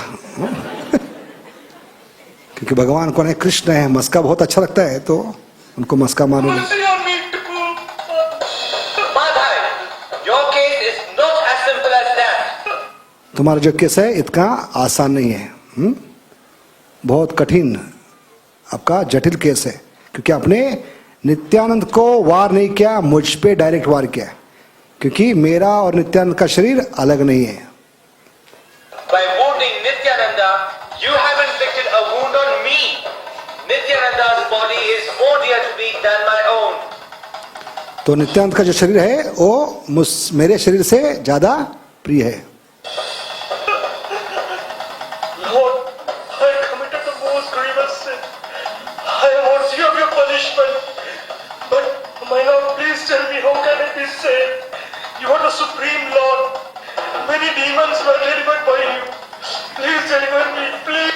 तो अनेक असुरों का उद्धार किया है, और एक असुर का उद्धार करने से क्या आपका जाएगा? तो मेरा भी केस लीजिए। Lord, please show your mercy to him. इसलिए जब नित्यानंद प्रभु की कृपा होती है तभी हमारा उद्धार निश्चय है, क्योंकि हम सब जगाए मदाई है। Madhai, go and fall at the feet of Nityananda. Only by his mercy can you be saved today. इसलिए क्या कहते हैं, निताय ना करुणा हबे, क्या कहते हैं आगे, ब्रजे राधा कृष्ण न पावे, महाप्रभु की कृपा नहीं होगी।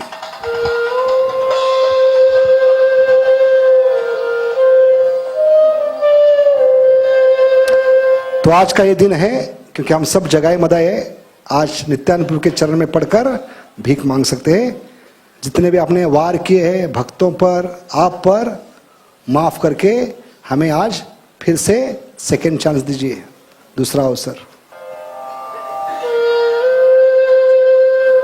और इस प्रसंग में नरोत्तम दास ठाकुर ये भजन गाते हैं, बहुत सुंदर भजन है, नित्यानंद प्रभु की करुणा के। Carefully, I have delivered you from जब नित्यानंद प्रभु ने माफ किया तो महाप्रभु ने दोनों को माफ कर दिया। और कहा इसके आगे ध्यान रखना, दो चीज करना है, वैष्णव अपराध नहीं करना है और निरंतर नाम जप, तो मैं आपके सारे पाप माफ कर दूंगा। पापी तापी जत छिलो हरि नामे उद्धारिलो, तारा साक्षी जगाए उधाई। many, many births. Now, if you do not engage further in any sinful activities, I take full responsibility for your sinful lives. और ये वचन सभी जीवों के लिए है, क्योंकि हम सब जगाए मदय। तो भगवान महाप्रभु ने दोनों को आलिंगन किया, आलिंगन करते ही चमत्कार हो गया। भगवान का जो अंग गौर था, सोने के समान, तप्त सोने के समान था, वो शरीर क्या पड़ गया, आलिंगन करने से काला पड़ गया, कृष्ण के समान हो गए। हाँ, गौरांग क्या बन गए, कृष्ण वर्ण बन गए। तो सब भक्तों ने पूछा कैसे संभव हुआ, तो महाप्रभु बताया इनके सारे जन्मों का जगाई मदाई, उसके पहले हिरण्यकशिपु, हिरण्याक्ष, रावण, कुंभकर्ण, शिशुपाल, दंतवक्र, जितने भी जन्मों का पाप है मैंने आज स्वीकार किया है, इसलिए मेरा शरीर काला पड़ गया। और जो भी इसके आगे वैष्णव का अपराध करेगा उसके शरीर में सब पाप जाएंगे। इसलिए बहुत हमें ध्यानपूर्वक वैष्णव का संग करना चाहिए और निरंतर जप। Born as Brahmanas, we have both fallen into the deepest well of sinful life. भले ब्राह्मण परिवार में जन्म लेते हैं, लेकिन पूरा जीवन हमारा पापमय था, लेकिन आपकी कृपा से आज हमारा उद्धार हो गया। आज के बाद आपके चरणों को नहीं छोड़ेंगे, आपके नाम का निरंतर जप करेंगे, ये वचन जगाए मदय ने दिया। Only with your causeless compassion have you lifted us out and given us a new life. My Lord, I have inflicted pain on many souls. I dare to attack you with this blood tainted. How will I atone for the sins I have committed? All your sins, all that he wanted from you is a promise that you will not act sinfully anymore. No more sin, MMS नहीं है। तो no more sin and निरंतर जप, यही उपाय है, तभी हमारा उद्धार निश्चित है। Lord, we will never परम करुणा बहुद्वी जना पिता गौरचंद्र,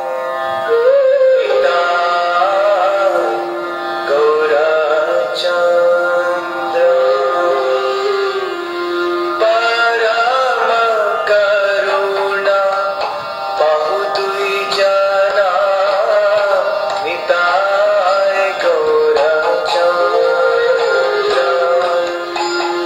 परम करुणा बहुद्वी जना। तो इसलिए जो ऑल्टर में बैठे छोटे दो लोग, उनको साधारण मत समझिए। हाँ? वो करोड़ों जन्मों का पाप नष्ट कर सकते हैं। पापी तापी जत चिलो हरि नामे उद्धारिलो, तारा साक्षी जगाए मदय। दिखने में छोटे हैं लेकिन काम के बड़े हैं वो दोनों। हाँ? और अंत में देखेंगे नारद जी का क्या कहना है कि नित्यानंद प्रभु की कृपा से ही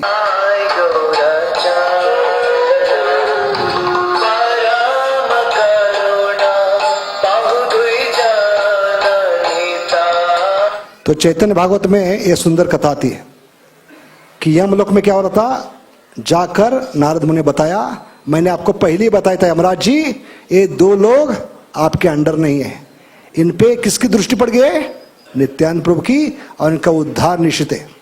क्योंकि यमराज ने पूरा डिपार्टमेंट लगाया था ये दो लोगों के पीछे। यमराज ने फरमान निकाला था, कलयुग में जितने भी जीव है उनका रिकॉर्ड मेंटेन करने की जरूरत नहीं, ये सिर्फ दो लोगों का रिकॉर्ड मेंटेन करना है। एक है महाजन है कलयुग के, इनका रिकॉर्ड मेंटेन को। तो पूरा यमराज का जितने भी यमदूत थे, डिपार्टमेंट स्टाफ, ये दो लोगों का रिकॉर्ड मेंटेन करता। और लिखते लिखते जो चित्रगुप्त थे, स्टेनोग्राफर, फर्स्ट स्टेनोग्राफर, वो थक गए थे, क्योंकि बार बार यमदूत आकर उनका भेजा खा रहे थे। हाँ, दिमाग का दही बना रहे थे।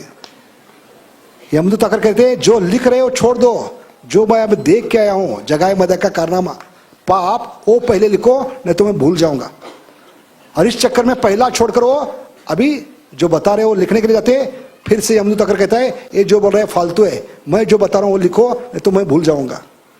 इसलिए चित्रगुप्त परेशान थे किसका लिखूं किसका नहीं, और लिखते लिखते कागज खत्म हो गया, सारे धरती को कागज बन गया, लेकिन धरती कम पड़ने लगी। लिखने के लिए जो कलम थे वो कलम खत्म हो गए, तो जितने भी वृक्ष है ब्रह्मांड में सृष्टि में उसके कलम बनाए गए, फिर भी पेड़ कम पड़ रहे थे, वृक्ष कम पड़ रहे थे। लिखने के लिए स्याही चाहिए, इंक चाहिए, स्याही जब खत्म हो गई, सारे ब्रह्मांड के जितने भी जलाशय हैं उनका पानी लेकर स्याही बनाया गया, लेकिन इंक खत्म होने लगी, पानी कम पड़ने लगा। इतना रिकॉर्ड बन गया, और उस समय हार्ड डिस्क नहीं थी, चिप्स नहीं थे, इतना रिकॉर्ड खड्डा बनाकर बड़े बड़े पहाड़ तोड़कर उनको खड्डा बनाकर उसमें स्टोर करने का प्रयास कर रहे थे। और इतना सब होने के बाद अचानक नारद जी आकर बताते हैं कि आपने जो मेहनत की वो सब पानी में गई है। नित्यानंद प्रभु ने एक क्षण में इनके करोड़ों जन्मों का पाप नष्ट कर दिया है। इसलिए कई लोग हमें पूछते हैं कितना जप करना चाहिए, तो ये प्रसंग को ध्यान में रखते वर्तमान आचार्य कहते हैं कितना जप कर, इतना जप कर कि हद कर दे, यमराज भी अपना खाता रद्द कर दे।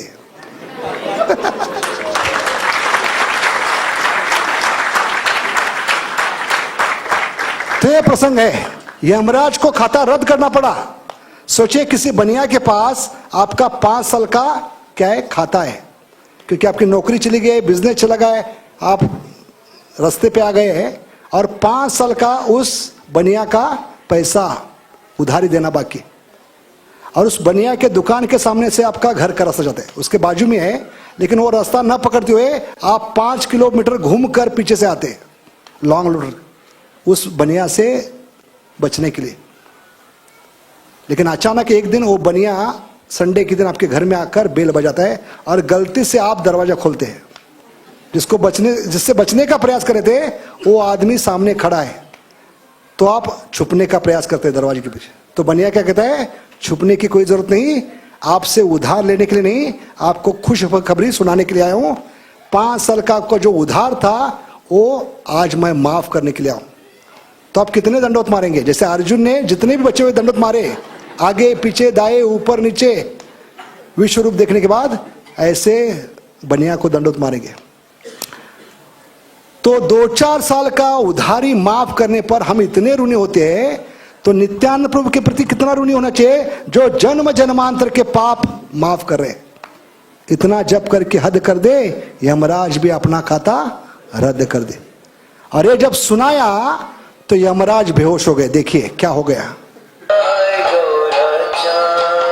क्योंकि पूरा डिपार्टमेंट लगाया है, रात दिन ओवर टाइम 24 आवर्स, इतना रिकॉर्ड है, इतना लोग बेहोश हो रहे, यमदूत, चित्रगुप्त का हाथ कांप रहा है, और ये सब करने के बाद एक क्षण में पूरा रिकॉर्ड अभी नष्ट होने वाला है।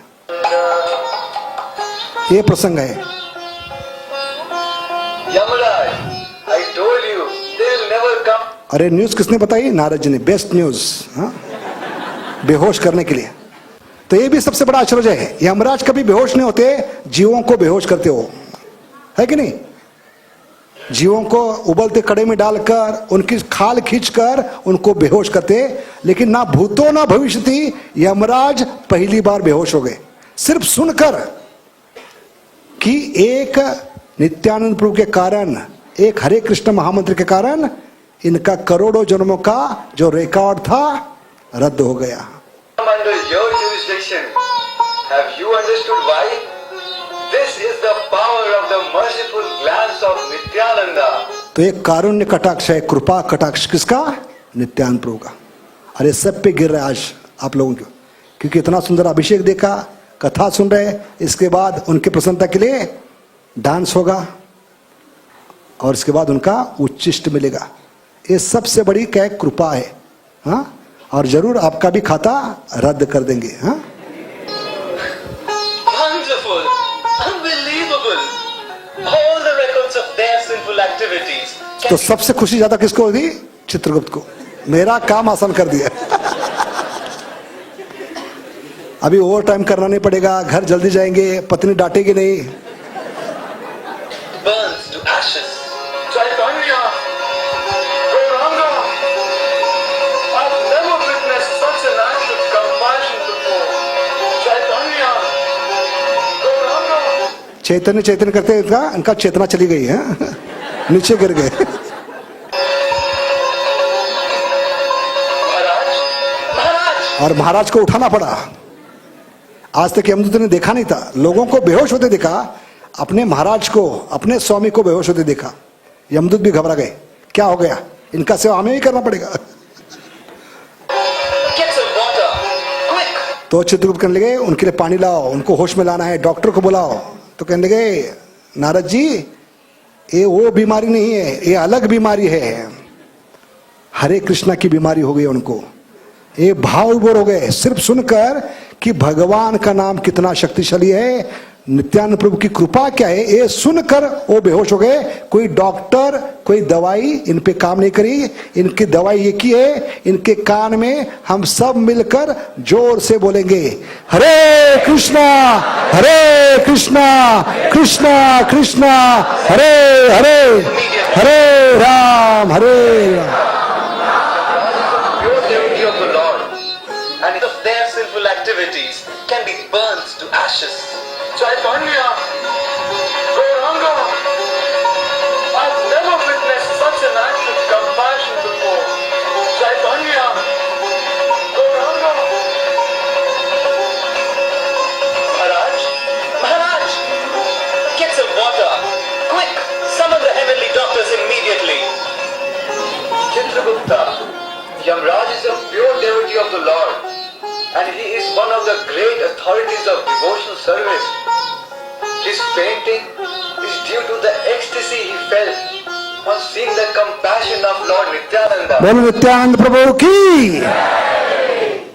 This तो यमराज को भी बेहोश करने वाले एक ही व्यक्ति है, वो है नित्यानंद प्रभु। cannot be cured by any medicine. I know what needs to be done. Hare Krishna, Hare Krishna. तो सब लोग इसके बाद बोलेंगे, हाँ, नारद के पीछे भी, क्योंकि हम परंपरा में, क्योंकि नारदीय कीर्तन करना है उसके पहले गाना होगा। तो नारद जी बोलने के बाद हम सब लोग बड़े प्रेम से बोलेंगे, ठीक है, नित्यानंद प्रभु की प्रसन्नता के लिए। पहले नारद जी को बोलने दो। हाँ, Krishna Krishna, Hare Hare, Hare Rama, Hare Rama, Rama Rama, Hare Hare. सब बोलिए, हरे कृष्णा कृष्णा कृष्णा हरे हरे, हरे रामा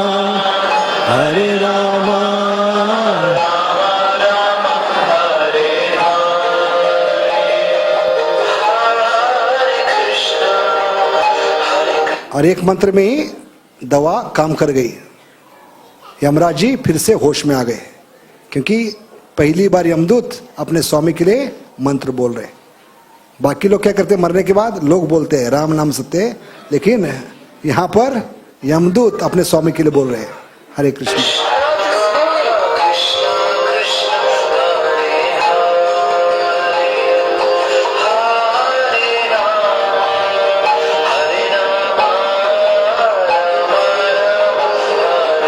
बोले, सब बोले, हरे कृष्णा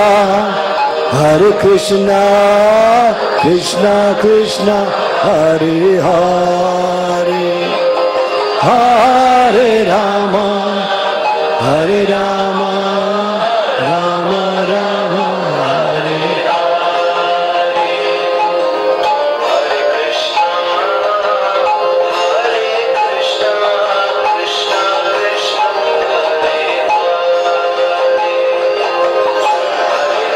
और चमत्कार हो गया। नारद का इतना शुद्ध नाम था, यमराज दो महाजन, तो वहां पर विधाता को प्रकट होना पड़ा। कौन है विधाता? ब्रह्मा जी अपने हंस पे सवार होकर इस कीर्तन में शामिल हो गए।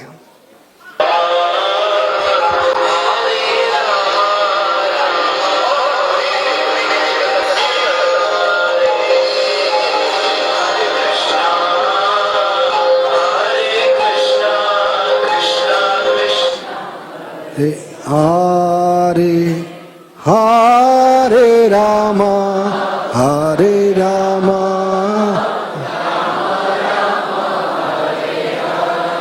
तो पहले एक मुख से नारद बोल रहे थे, अभी 2 कीर्तन हो गए और 3 के 4 हो गए। ब्रह्मा जी 4 सिर से बोलने लगे, इसलिए पंचमुखी को भी प्रकट होना पड़ा। पंचमुखी कौन है?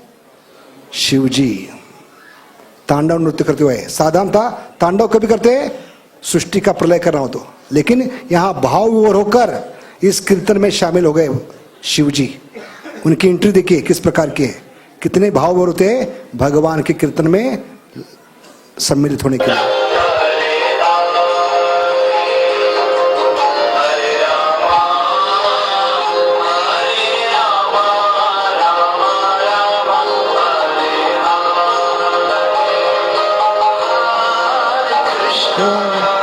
हरे कृष्णा कृष्णा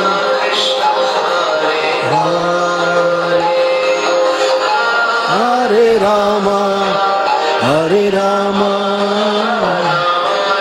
बोले सब। हरे कृष्णा कृष्णा कृष्णा। बोलो भोलेनाथ की।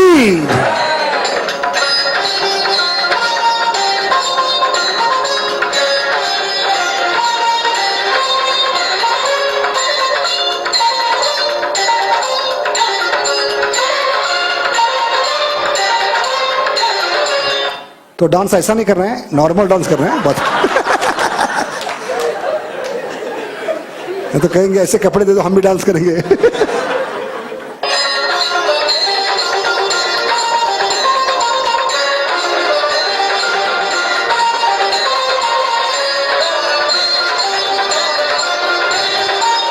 प्रभु जी आपका स्टैंड बचा के रखना, स्टैंड उठा के लोग शुरू कर देंगे नहीं तो।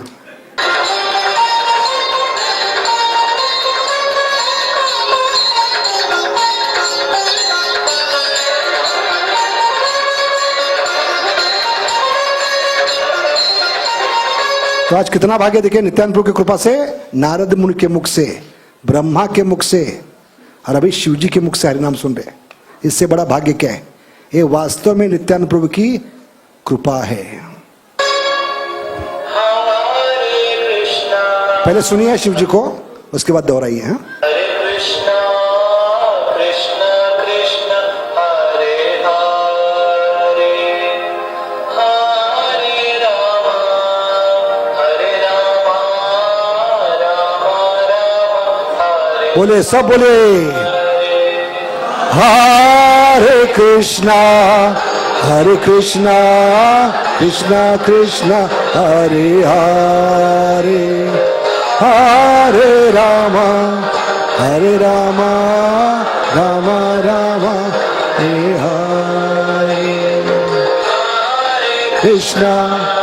हरे कृष्णा कृष्णा कृष्णा हरे हरे हरे रामा रामा। तो जितना प्रेम से तीव्रता से पुकारेंगे उतने जल्दी नित्यानंद प्रभु प्रकट होंगे। कैसे देखेंगे हम।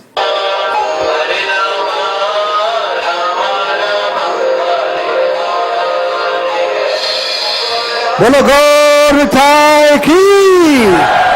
नित्यानंद त्रयोदशी महाउत्सव की। शील प्रभुपाद की।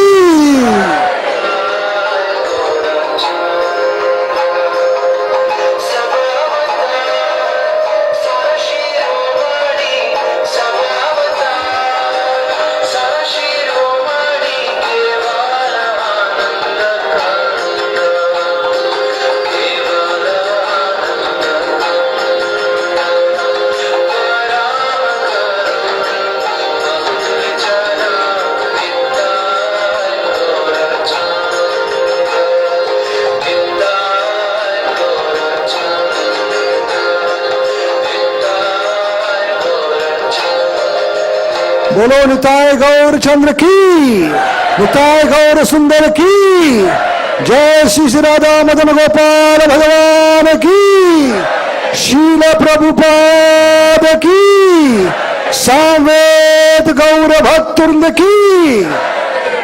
तो ऐसा ही कीर्तन होगा। देखते हैं कितने जल्दी भगवान प्रकट होते हैं।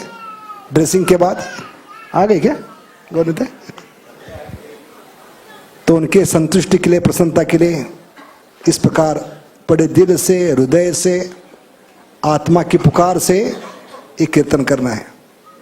ये सबसे बड़ा कीर्तन होगा। और ये हमारे जीवन का एक क्या होगा? नया मोड़ होगा, टर्निंग पॉइंट होगा। क्योंकि आज जरूर नित्यानंद प्रभु की कृपा दृष्टि आप लोगों पर होने वाली है। इसलिए तन मन धन लगाकर put your heart and soul and take part in kirtan. Thank you very much. Hare Krishna.